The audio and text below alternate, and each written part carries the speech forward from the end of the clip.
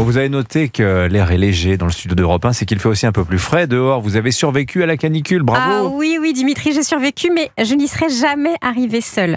Quand le mercure montait, j'ai été prise en charge par mon état nounou. Il m'a accompagnée de A à Z. Et attention, à tous les niveaux. Une mobilisation générale, jusqu'au président de la République, qui m'a rappelé par un tweet avec des pictogrammes de rester au frais, de boire de l'eau sans attendre d'avoir soif, de mouiller mon corps et de manger équilibré. Merci vraiment.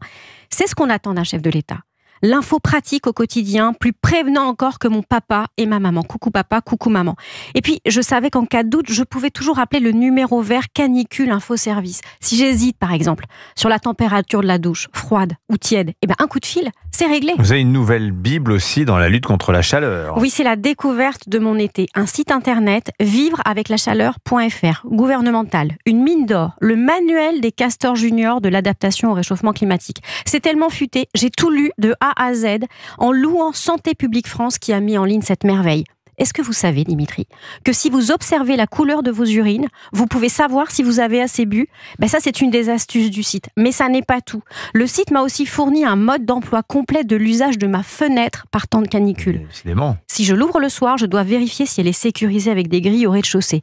Et faire attention que mon enfant ne tombe pas. Ça va plus loin. L'État me suggère une moustiquaire au cas où je craigne les piqûres. Mais qui ose dire que l'État est impuissant, Dimitri? Il pense à tout, à tout. Évidemment, il a un avis sur la climatisation. Ah oui, ça, il est catégorique. C'est pas bien, ça va me coûter cher en courant, puis ça risque de me rendre malade. Je l'ai lu sur le site, c'est que c'est vrai. Mais l'État a un plan B. Il m'a rappelé que je devais vérifier que mon ventilateur marche avant qu'il fasse chaud. Le faire réparer ou le changer s'il n'est pas réparable. Ça m'a libérée d'une charge mentale, vous n'imaginez pas.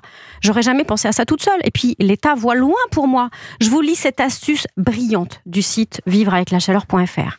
Un arbre mature, bien planté, évapore 450 litres d'eau par jour, soit 5 clims en marche pendant 20 heures. Si vous le pouvez, plantez un arbre près de votre logement. Merci. Merci, dans 20 ans, j'aurai l'équivalent de 5 clims. J'ai déjà beaucoup moins chaud par anticipation, Dimitri. Vous êtes sûr que ça va? Vous êtes sous emprise c'est très bien. Vous n'imaginez pas le nombre d'erreurs que l'État m'a évité dans cette canicule.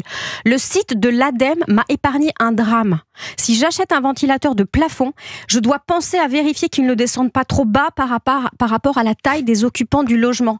Ce serait quand même bête de survivre à la canicule pour finir décapité par un ventilo. Effectivement. Et tout ça, ça marche? Vous êtes resté au frais? Je vis dans le noir. Je n'allume pas d'équipement électrique et je colle des bouteilles d'eau gelée à mon ventilateur. C'est absolument parfait. Je deviens dingue, mais c'est parfait. Et puis j'ai trouvé l'idée ultime sur vivreaveclachaleur.fr.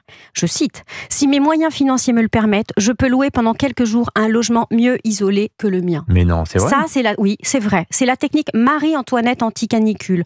Votre studio est une bouilloire, louez donc un manoir. Alors je vous promets que tous ces conseils sont authentiques. L'État nounou est devenu totalement neuneux.